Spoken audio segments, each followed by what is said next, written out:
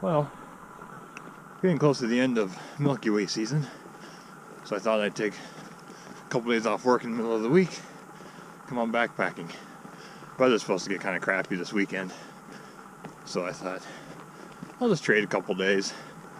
So Monday was Labor Day, so I decided to work Labor Day, and then I'll take Wednesday, Thursday off to come out backpacking, and then I'll work Saturday. That way I don't have to take any vacation time. So I am going to Tank Lakes, which is out by Skykomish. Go up in the Necklace Valley, and then you just keep going a little ways. I think it's 10.5, 11 miles one way. It's not too bad. First 5.5 miles, I think, of the trail are pretty flat. And after that, you go uphill about 2.5 miles and about 2,500 vertical. So those are pretty rough. Then after that, just kind of rolling through Necklace Valley and then up the ridge to Tank Lakes. The plan is to shoot the Milky Way between Summit Chiefs and Iron Cap Mountain tonight.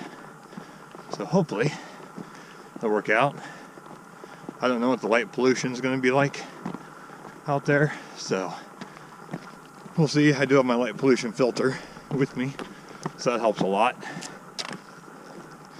And you can see, got my Sony 16-35 and my 70-200, kind of standard lenses I take. I was debating if I wanted to bring my 24-70, but I decided against it. So I am just getting started. It is about 8:30 in the morning. Probably be at the 5.5 mile mark around, quarter after 10 or so. Since it is pretty flat, I can move pretty fast. And I'll check in when I get up there. Made it to the halfway point. About 5.5 miles, I think. About an hour and a half. Not too bad. Like I said, it's pretty much all flat, so you can move pretty fast. But from here, we head uphill. About 2.5. Of course, it depends on what you read. So the sign of the trailhead says 7 to the first lake, so I think is Jade, then 9 to Opal. But as you get up towards the lakes, there's a sign on the tree before you even get to the first lake that says 8. So I think go like another quarter mile past that before you get to the first lake. So the signage out here isn't that great. But I just had a little snack, got some more water. So I'm gonna just get everything packed back up and start going uphill. So I made it to the first lake in the Necklace Valley area. See some fish swimming around down in here. Dragonflies. So this is Jade Lake, I think. You can see now I have to walk over there, and the trail kind of cuts up that way and then up. Then you hit 2 more lakes. There's a cabin up in there. And I'll cut up at the base of that mountain there, up down to the ridge, and then I'll be at Tank Lakes. So I think about 2.5 miles, maybe. Not too bad. It took me 3.5 hours to get here. So you can see it's pretty steep coming up. It took me an hour and a half to do 5 miles, and another hour and a half to do another couple miles. But I just ate lunch. It's good. Bean burrito. Can't complain there. And now, just gonna pack up and head out. Well, getting close. This hike is actually harder than you'd think it'd be. Well, and once you get out of the valley, you just have to start coming up these boulder field. Fortunately, hill on that side, big mountain on that side, so you really can't get lost. You just follow it up. There are some cairns here and there, so it's not too bad. But it's still a pretty hard hike. Yeah, after that first 5 miles, then it's kind of an ass kicker, but it's good. Never been to this area. It's always been on my bucket list. I think I've always just come up and never made it until today, of course. Not even there yet, so you never know. I know on the other side of that, What's called Phone Lakes, Foehn, I think. It's like just little pothole lakes. There's no real views. I was up there several years ago checking it out before I went back and camped it by the Necklace Valley there. So today I'm actually gonna get to Tank Lakes, I hope, and then I'll show you what it looks like when I get there. Well, I made it. So there's actually 2 lakes up here, and look at this view. Unbelievable. I think that's Iron Cap, and over here is Summit Chiefs Mountains. Unbelievable. So you can see there's a trail that heads off over that way. I'm gonna head up there, see what's over there, start trying to find a spot for my tent. But I mean, this is just so worth the effort. So worth it. And it was an effort. It was an ass kicker to get up here, but so worth it. So behind me is the other Tank Lake. When you come up the trail in the boulder field, you end up in between them. So you just walk up over the ridge as you come to. There's no real camping here. I was pretty lucky to find a good spot. If you do come up, you really need a completely freestanding tent because it is so rocky that if you do find a place to put your tent, you really can't get your stakes in. I found kind of one spot I was able to set up in. There's another lady up here. I'll let her camp beside me just because there's no other place for tents, and her tent's not freestanding either. So it's a pretty big spot, so you could probably put another 3 or 4 tents in there. So it works out pretty good. So I am on my way back. She went up to see if she could go up that ridge up there. So it's almost dinner time, and then figure out where I'm going to set my camera up, which I think I have a pretty good idea. Right on the north end of the lower lake there. And that way you have the reflection of everything through the lake, and hopefully the wind will stay down so I can get some good star reflections in the lake tonight. So I'm just on my way back to the tent and fill you in when I get there. So after looking at the map, I steered you wrong earlier. So what we have, hopefully it's not too bright, maybe I'll shade that. That is Iron Cap. The single point between the trees is Overcoat Peak. The 3 right next to that is Chimney Rock, and then this one, big one, is Summit Chiefs. So I had those screwed up and that one screwed up. So what some people do is they'll make a loop out of this. So after here, you'll drop down below Iron Cap, then you hook up to Chetwood Lake, and then head up to Big Heart, Little Heart, Copper, and then out. And I think it's about a 3-mile road walk back to the car at the Necklace Valley Trailhead. So it's definitely easily a 2-day, 1-night. If I was to do it, I'd definitely spend probably minimum 3 days, 2 nights, because I still want to explore the whole Bott Gap, which is over on the other side there, the Bott Lakes area. Just do more exploring around here, and then take my time getting around Iron Cap and checking everything out. Maybe even Summit Iron Cap. You can see you can almost just walk the ridge up there unless the sun's in the lens. So almost back to camp. I'm gonna make some dinner. I think I have Pomarosa something. I'll check it out when I get there. It's Pomarosa something with Parmesan cheese, pine nuts. I can't even think of it. I know it's not ramen, something else. Anyway, that's what I'm gonna have. I'm gonna cook it up real quick because it's getting close to that time to be getting my camera and everything out and get set up for a good blue hour shot. Sunset first, then shoot the blue hour, and then leave the camera set up so I can shoot the Milky Way and then combine the blue hour shot, so I have all the detail in the foreground and then the Milky Way shots. That should look pretty good. So I'm gonna make some dinner.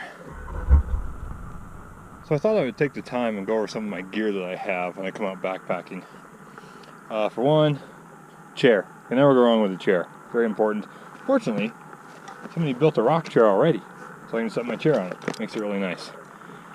My stove is this little BRS 3000. Got it off Amazon for I think like $17. However, this is my second one. The first one I bought was some off-brand, and the threads were actually bigger than the canister threads, so it just didn't work. And then this is my Snow Peak cup. Is it 700 milliliters? I think you can see there's a 16 ounce mark right there. So this is my whole cook set. Everything can fit inside this cup, so it makes it really compact and really nice. Depending on where I'm going, depends on if I bring my bear canister or not. You can see this here. They are heavy, so that's the downside to them. But you can see if you're trying to hang your food, and really, where are you going to hang it? You know, there's no real good branches or anything to hang food on. So I've been carrying it more and more. The last trip I did was a 4-day trip. I just didn't bring it because most of my food wouldn't fit in it. My tent is a Big Agnes Fly Creek UL 1-person. So I bought it because of how light it is. It's pretty much one of the lightest one-man tents. However, front entry tents suck because you have to basically climb in backwards and unzip the door up and then try and spin around to get your legs in. So it's, yeah, side door is the way to go. They're a little bit heavier, but well worth it. Pillow, Sea to Summit. It's like 2 ounces or something like that. Well worth it. So this year I ended up getting a quilt. See, this is an Enlightened Equipment quilt. It's their which one is it? I forget which one it is, but it's a 30-degree bag, 30-degree quilt, and a lot of thru hikers use them, and now I know why. They are so much more comfortable than sleeping bag. So much more comfortable. So it's just been my go-to now, and lighter. This thing weighs at a pound, maybe just under, but yeah, it's about twice as light as my sleeping bag. And I do have this quilt liner. You can see it's around my sleeping mat. That helps just keep you a little bit warmer. The pad I'm using today is my Thermarest. As the temperatures start to get colder, I have a Sea to Summit inflatable air mattress that's like 3 inches thick, but there's no insulation in it, so it's comfortable, but it can get really cold. The air inside will get cold, and so as the temperature starts to drop, then you will start to get cold. So as I'm camping in the early season or the late season, I'll bring my Thermarest. Not as thick, but it's still super comfortable. But it has a lot better R value, so it'll keep me really warm at night. So other than that, on my backpack, I ended up switching to an Osprey Exos 58. I was using the Aether 70, and I've just learned that the bigger your pack is, the more stuff you bring. So if you just make your pack smaller, you won't bring as much. So my load completely lightened up this year by significant amounts. So that's what I take. As far as my tripod goes, when I come out, it's just my normal Mi Photo Globetrotter Carbon. That's the one I use for everyday stuff. Trekking poles. My Sony 16-35, then my 70-200. Then I bring extra batteries. I have my light pollution filter for shooting astro. I bring my 6-stop leaf filter, my little stopper, remote shutter, just all kinds of stuff like that. One of those Goal Zero battery packs so I can charge my GoPro or charge my phone if I need to. And then one of the Goal Zero lanterns, that's a flashlight also. That's also a charger. But if I want to do any light painting, I can use that and light paint stuff. So, that's what I bring with me. Oh, one more thing. This water filter is amazing. It filters actually 100,000 gallons before you should throw it away. And it's nice, you can just buy any sort of water bottle and it threads right on. And so no more pumping water or filling up a bag and then letting it drain through a filter, you know, into the bottles while you're waiting. Now I just scoop the bottle in the creek or the lake or whatever and just keep moving. Thread my filter on top of it, done. And I usually keep like this bottle for clean water. I'll squeeze the dirty water into that one. Now if I bring like Noon with me or any sort of electrolyte, I can keep that as my clean water and put that in there. But I didn't bring any of that with me because I'm only out one night, so I just filled them both up with dirty water. I'll just switch the filter and just keep moving. It made it so much easier. So I think I'm just going to make some dinner and then get my composition set up for tonight, which will be over on that end of the lake. Fortunately, where I'm going to shoot from, you don't see the tents, especially this one, which is nice because that little bush there hides it. So that's what I'm going to do. And I'll let you know when I get everything set up for photography tonight. Well, it's almost Milky Way time. Let's see, the lake is super calm. Should be good. I'm trying to use this rock. See that rock right there? Show me right now. One right there. I'm trying to use that as a foreground of some sort. You see that bat flying around? Yeah, there's bats around here. That's not cool. I was thinking they're gonna get stuck in my hair, since I don't have any. I don't have to worry about that. But either way, I don't feel like they're gonna hit me or something. I don't know. Anyway, I'm still kind of working on composition here, trying to find some sort of rocks as a leading line, or kind of something that lead you out into the mountain. There are some more. See them right there, kind of the two, but then you have these other ones here as well, and that big one, and put them all together, they don't do anything for you. They kind of lead your eye the wrong way or something. So that's what I'm working on now, and just waiting for the Milky Way. Oh, there's some stars starting to show up. See a couple, so hopefully soon.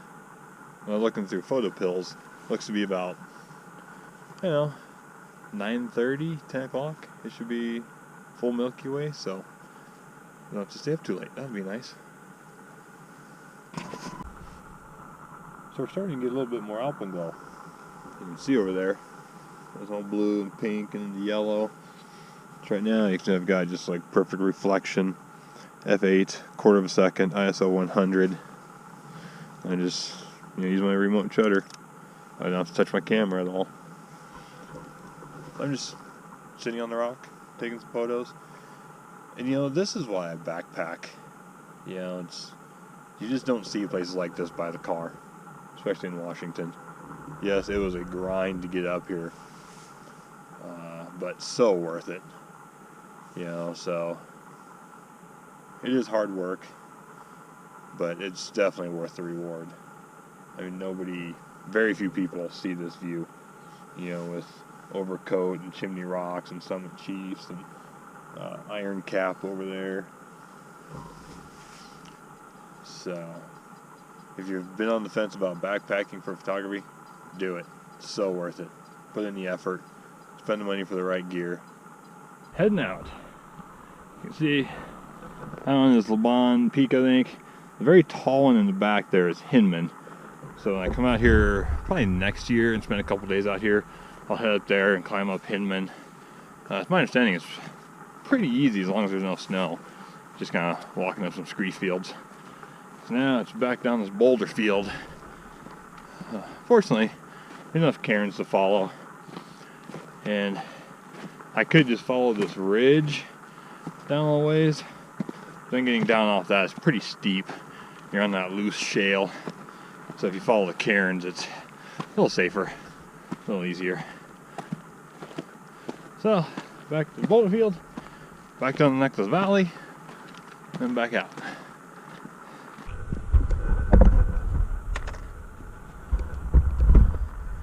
Well, here we go. Boulder field descent. So you just head down Also, if you kind of head over that way, there's a marmot that just yelled at us. Don't quite know what he's going off about. Apparently something. So, here we go. Good times. But at least it's not super hot out. It's an advantage because I came up this yesterday when it was super hot. It was kind of miserable because you're so exposed. So just taking my time, trying not to fall, and then get down in the valley, stop at the lake for a little bit. Almost back to the car. Been a good trip. Kind of rough getting down though. Yeah, just a trip up to Tank Lakes to shoot the Milky Way over the mountains up there. Anyway, I'll put a link to all the stuff that I use for backpacking. They're not affiliate links or anything, but just the stuff I use with my quilt and my filter and tent and all that. Anyway, thanks for watching. Don't forget to like and subscribe. And you can find me on Instagram and Facebook at Bott Photography. And here are some of the photos I took.